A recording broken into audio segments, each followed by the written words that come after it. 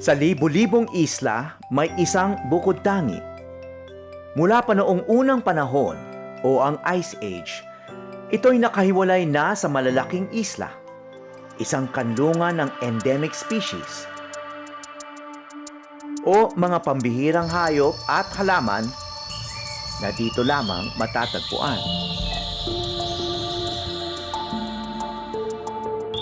Ngunit sa paglipas ng panahon, kumatok ang modernong mundo.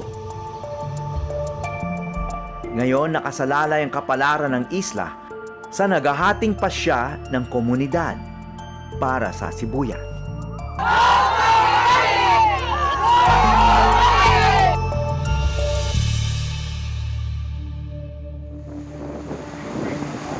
Mahigit 15 oras mula sa Maynila, mararating ang Sibuyan Island sa probinsya ng Romblon na nasa pagitan ng Luzon at Visayas.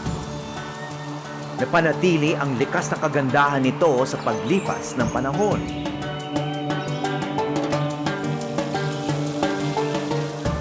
Matatagpuan dito ang Catingas River, ang tinuturing na isa sa pinakamalinis na ilog sa bansa. At ang matayog na bundok giting-giting na tila walang humpay na nagbabantay sa buong isla. 75% ng isla ay nababalot pa rin ng kagubatan.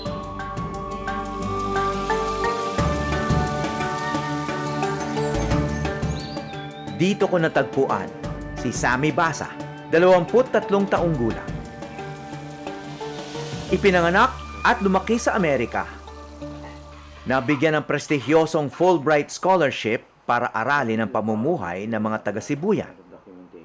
Kumbaga, Filipino-American ka, doon ka lumaki, pero napalapit sa iyo ang Pilipinas? You felt Yes, close to the Sibuyan. Philippines? Sibuyan po. Sibuyan in particular? Okay. Yes, kasi Bakit? yung first birthday ko po dito sa Sibuyan. And pag sa dinner, lahat ng mga pamilya ko, palagi magkwento tungkol sa Sibuyan. Lolo ko. Kargayin mo na din. Tubong Sibuyan ang kanyang lolo. Maagang namulat at napamahal si Sammy sa isla. So, nung habang bata ka, sabi mo nga nagkukwentuhan tungkol sa Sibuyan, ano yung mga kinikwento nila? Kasi sa lolo ko, iba talaga yung Sibuyan.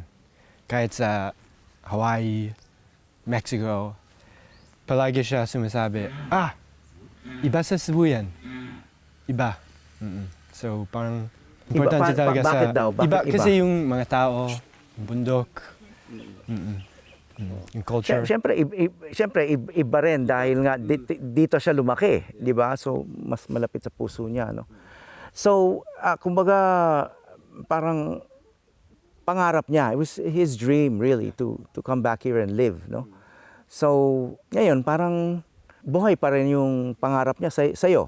I mean, your lolo is gone, and now you're here. You've been living here. Sa paanan ng Mount Giting-Giting, itinayo ng kanyang lolo Gabriel ang matagal niyang pangarap na isang log cabin. Ngayong wala na ang kanyang lolo, nananatili itong kanlungan ng mga alaala. At dito madalas umuwi si Sammy mula Amerika. I think my lolo always wanted us to come here. I remember my mom was telling me he would always beg for my kuya and I to go, like, stay with him for a year here. Taong 2019 nang pumanaw ang kanyang lolo. He has an amazing story, studying really late at night and then, finding a paper about Sibuyan. That was always something, I remember even as a 6-year-old, like at 6 or 7-year-old, someone would ask us, like, what do you want to do? And we'd say, like, I want to be a scientist and or an engineer. And then we'd always say, like, we want to do something in Sibuyan one day, but we never knew what that was. Nang makapagtapos ng kursong Environmental Science sa Amerika noong 2025, agad umuwi si Sammy sa Sibuyan. I think the one thing that sticks out to me the most about Sibuyan is the people. And I think growing up as a kid, especially a Filipino American, you don't see life this way. we're so used to, everything being so convenient and actually so removed from what I think is how we're really supposed to live, which is like this close to nature. Ngunit habang mas nakikilala ni Sammy ang Sibuyan, nakikita rin niya ang mga banta sa isla. What are the particular threats to Sibuyan? Well, of course, mining, illegal logging. I care deeply about endemic species, and I care deeply about all these different critically endangered plants and trees that we have. But I think, to me, my main concern is the people. My main concern is the water. How worried are you about it? I'm very worried. Yeah, I think from a ecological or biological perspective, Sibuyan is one of the most biodiverse islands in the world, not just the Philippines. And losing that very, very important biodiversity is really scary. Para mas mapag-aralan ng Sibuyan, hinikayat ni Sammy ang ilang eksperto mula sa University of the Philippines. What they found was amazing, discovered all these new species. But the issue is, even though it's so special, they couldn't come back because it's so hard to get to. And every survey that's been done since has always been on the other side of the island, because that's where the protected park office is. Anong local name? Busiksi po ang local name. Nagtungo kami sa isang bahagi ng giting-giting para suriin ang iba't ibang uri ng halaman at puno. Anong tawag niyo rito? Ang ID po namin, most likely siya yung Alpinia cebuyanensis. Sibuyanensis din to. Again, only in Sibuyan. Most likely. Malapit na!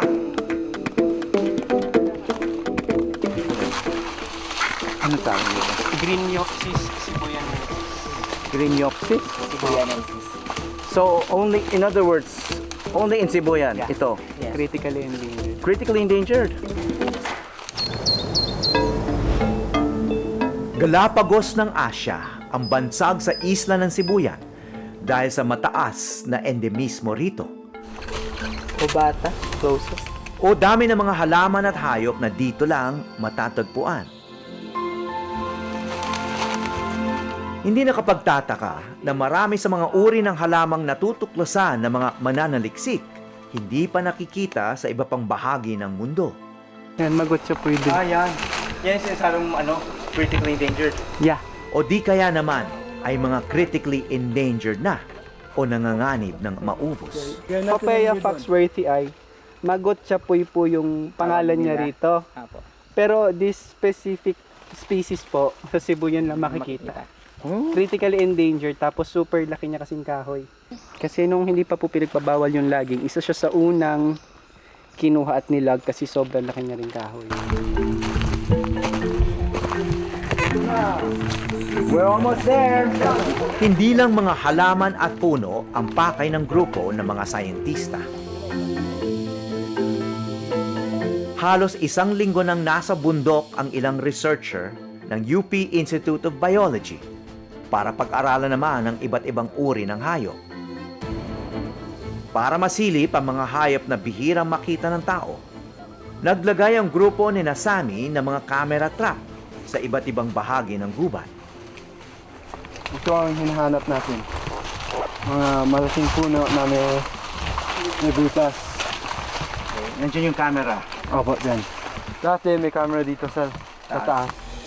Sa pamamagitan nito, nalalaman ng mga dalubhasa kung ano mga uri ng hayop ang namumuhay sa isla at ang pag-asang makakuha ng ebidensya sa mga hayop na hindi pa ganap na napag-aaralan o maaring hindi pa nadidiskubre ng agham. Kapon po ng 2 a.m. Ayun po yung daga. Daga siya. Wow, maliit yan. Yan, mas maliit. Tumalon. Possible po na ito po ay isa sa mga undescribed na apomis. Undescribed ang salitang ginagamit ng mga sayentista kapag ngayon lang nakita o napag-aralan ang specimen na nakuha mula sa isang hayop. Ang kakaibang dagang ito, endemic din dito sa Sibuyan. Ang Crotomys Cebuyanensis o Sibuyan striped shrew rat. One of the diagnostic characters is that it has this, you see this pale stripe at the back. I think they captured the first specimen in 1992. So anyways, it's just nice to find it again here. Isa pang endemic sa Sibuyan ang shrew na ito na ipinangalan sa bayaning Ninoy Aquino, ang Crosidura ninoyi. Sa isang linggong pamamalagi ng mga sayentista sa bundok, nakapagtala na rin sila ng iba pang klase ng mga hayop. So we have found 3 fruit bats. We have found 4 insect bats here in Sibuyan, 2 of which we suspect are new island records, meaning it's the first time they've been recorded in Sibuyan, but they have been recorded elsewhere in the Philippines. Ang paniking ito, endemic naman sa Pilipinas, kilala dahil sa nakausling butas ng ilong nito. We caught the species called Nyctemenia rabori. It was listed endangered even before our survey. Tapos nahanap namin ulit ngayon. Madalang daw makuna ng uri ng paniki na ito na may folivory behavior o nakabase ang diet sa dahon. And we also have found 3, maybe 4 species of rodents. We're not sure yet. So we're finalize pa namin further study. Kabilang din sa mga na-document ng mga eksperto ang isang endemic species ng unggoy na Macaca fascicularis philippensis o Philippine long-tailed macaque. Isa itong uri ng unggoy na may mahalagang papel sa kalikasan dahil tumutulong itong magkalat ng mga buto ng halaman na nakapagpapalago ng kagubatan. May iba't ibang uri rin ng ibon.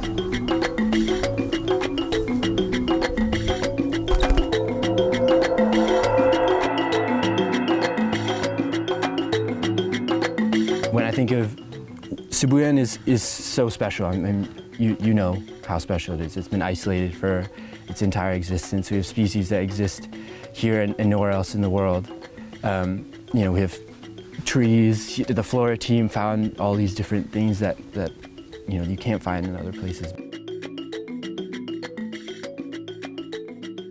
And I think it is our responsibility as people who have the means to bring people here to not only experience it, but to also to help the people here and to help the environment, to be able to bring like-minded individuals together, to study, to have really, really interesting discussions. I think that's what is really important to me, and I think that's what's going to benefit Sibuyan in the long run.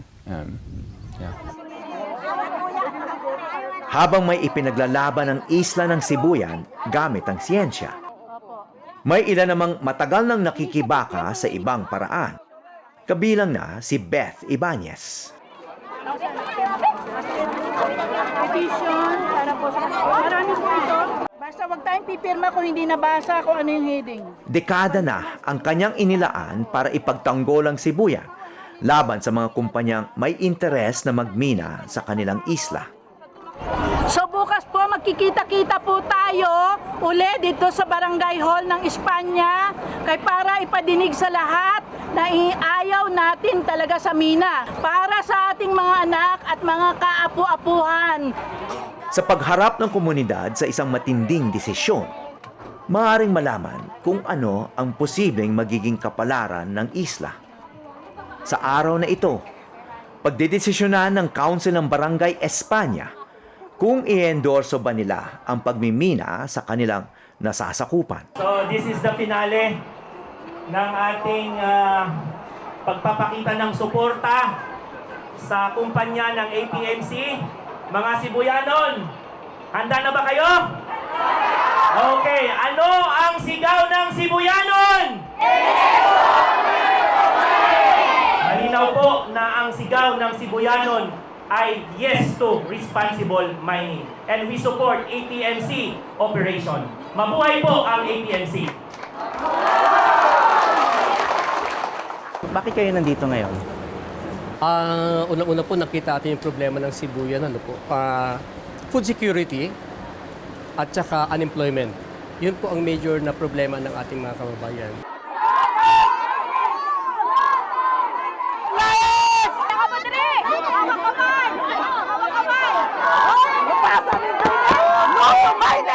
Habang papalapit ang oras ng botohan, lalong umiigting ang tensyon.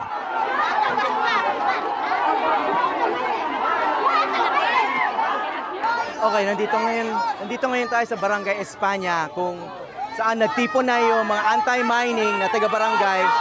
Pero parating naman ngayon yung mga pro-mining at ngayon ay may confrontation na yung dalawang panig. Hindi magpanggulo. Hindi kami nagpipaligan! Hindi kami nagpisa ng tuta! Hindi magpang-away! Hindi magpang-away! Ayaw, kalma lang, kalma lang. Sa unang tingin, isa lamang itong simpleng botohan. Pero para sa komunidad na hinati ng magkaibang paniniwala, nakasalalay ang kanilang buhay sa kanilang ipinaglalaban.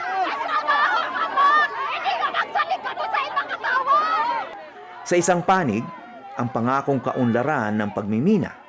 Sa kabila, ang pangangalaga at pagpapanatili sa ganda ng isla.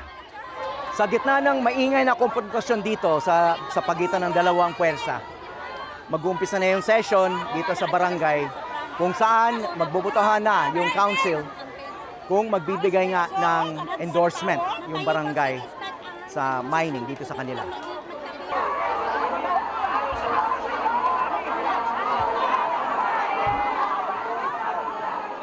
Piniyagang kaming kuhanan ng pagpupulong at maging ang botohan.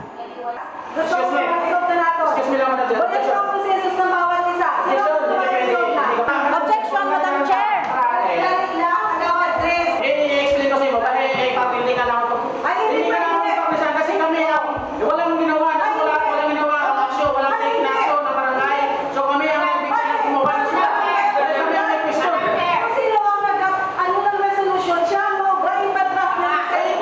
Sa ilalim ng batas, dapat aprubahan ng barangay council bago makapagmina sa isang lugar.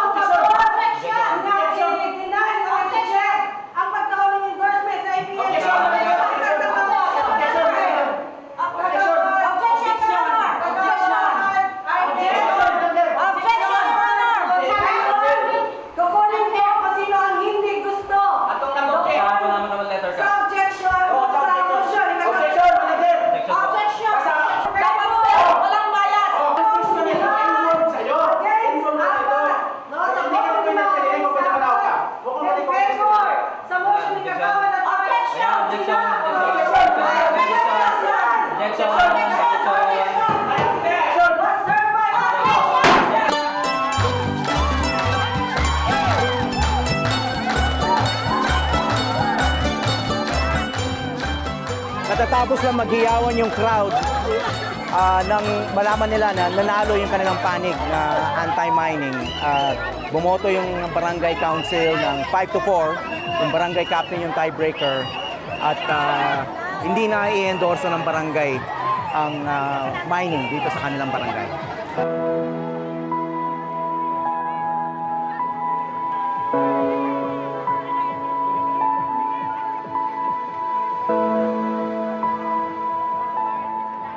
Masaya dahil napakita uli namin yung puwersa at nakita ko uli yung dedikasyon at yung firmness ng desisyon ng mga tao na hindi pa sila sawa at hindi sila nagsasawa na ipaglaban yung isla.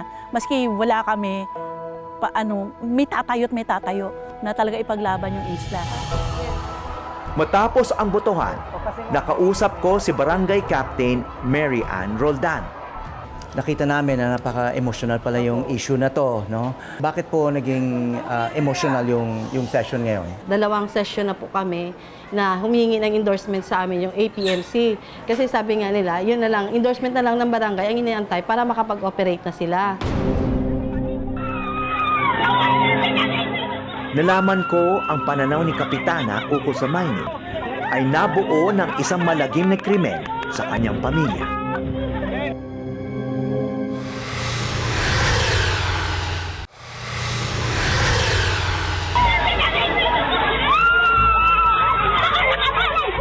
Nang tanungin ko ang kapitana ng barangay tungkol sa botohan, may agad siyang naalala. Doon kasi namatay yung kapatid ko. Kaya, isa yun sa mga rason kung bakit ayokong i-endorse yung mining. Kasi, syempre, sa mga kamay ko na namatay yung kapatid ko na walang kalaban-laban na dahil lang sa makikipaglaban sa pagmimina. Kaya, nabaril po siya nung security guard ng mining company. Namatay si Armin Marin matapos barilin ng security guard ng isang mining company sa Sibuyan.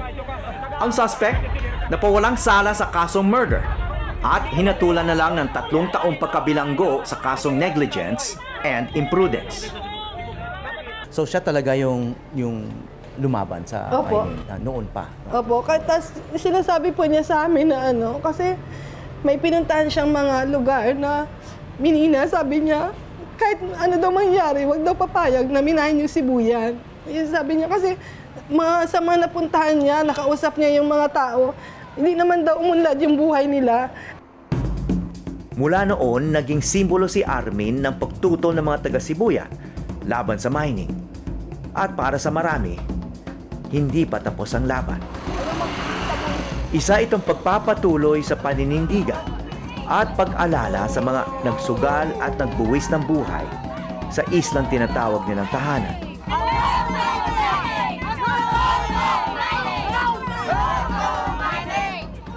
Sa kabila ng boto ng barangay, maghihintay pa raw ang Altai Philippines Mining Corporation ng go signal mula sa ibang ahensya ng gobyerno.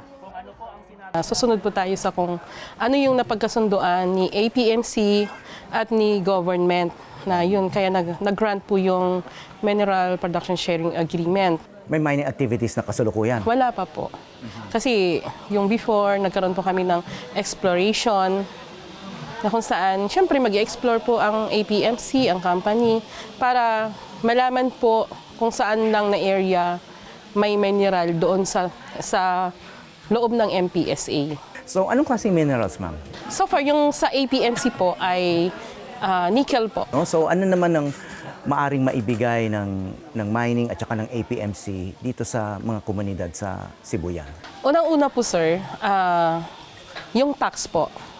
'Di ba, yung tax na maibibigay ng mining. So, mag-focus po tayo dito sa Sibuyan, Romblon. So, sa excise tax pa lang po siya, magkakaroon siya ng 40%. So, all over Philippines, makikinabang po yun. Makapagbigay si APMC ng trabaho, at least mga nasa 500 to 1,000. So, kung hindi man lahat makapag-work sa APMC, may mga social development projects si APMC dahil doon sa direct cost. So, syempre, for example, makapagpatayo sa APMC ng mga hospital, ng mga building. May mga scientista na matagal nang sinusuri itong isla na mataas daw yung sinasabing endemicity, no? Yung maraming hayop at halaman daw dito sa Sibuyan na dito lang makikita sa buong planeta, no? So napaka mahalaga for science, mahalaga for future research, etc. Madi-disturb daw yung environment. So yung mga species na po niyan, mas matalino pa po yan, sir, sa tao. Kasi once na naramdaman na nila yung lugar nila na madidisturb na, lilipat na po yan sila ng unti-unti. Lilipat na po yan. Of course, pag may habitat loss, ma-affect sila. But I do know that several of the species we found at least one of the species that we found is classified as endangered by the International Union for the Conservation of Nature, or IUCN. And it's important we conserve that. Mahalaga din maalagaan. Pero kung hindi ma-endorse, ano yung fallback nyo? Ano yung pwede yung gawin pa? Sir, siguro, may mga legal naman po si APMC to assist with that po. To with challenge that matter whatever po. decision is. Yes po. May karapatan man ang mga pro magpakita ng amon freedom of expression. Sa totoo lang, iba ang talino ng tao sa hayop. Kaya nating ibahin ang ating ugali. Kaya nating mamili ng landas. Sa Sibuyan, maaring tanggapin ang pasya ng komunidad o ibaliwala ito.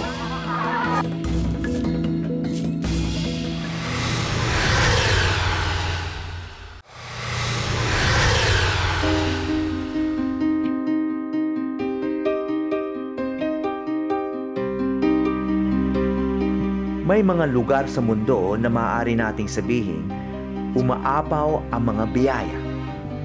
Ang likas na yaman sa Sibuyan ang nagpatibay ng ugnayan at pagmamahal ng mga taga rito sa kanilang lupang tinubuan. Na siya rin nag-aakit sa isang apo na balik-balikan ang lupang minahal ng kanyang lolo.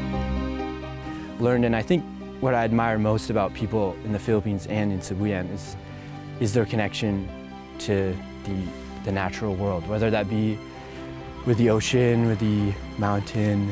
I think the answer is just yes. I think everything here makes me, think about my family.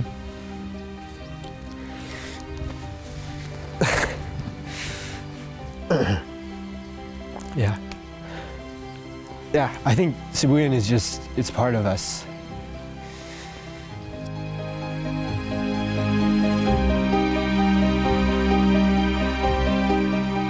Hindi maikakaila na may malaking yaman din ang Sibuyan sa ilalim ng lupa. Kaya ang masalimuot na tanong, hindi lang para sa Sibuyan ngunit para sa buong bansa. Ano bang handa nating ibuwis para sa yamang kailangan pang hukayin?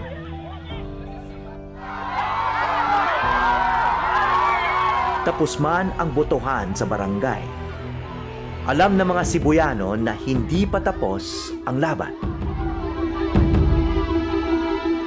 Ngunit sa aming pag-alis, isang bagay ang malinaw. Hindi nila basta-basta isusuko ang kanilang paraiso. Mula sa isla ng Sibuyan, ako po si Howie Severino at ito ang Eyewitness.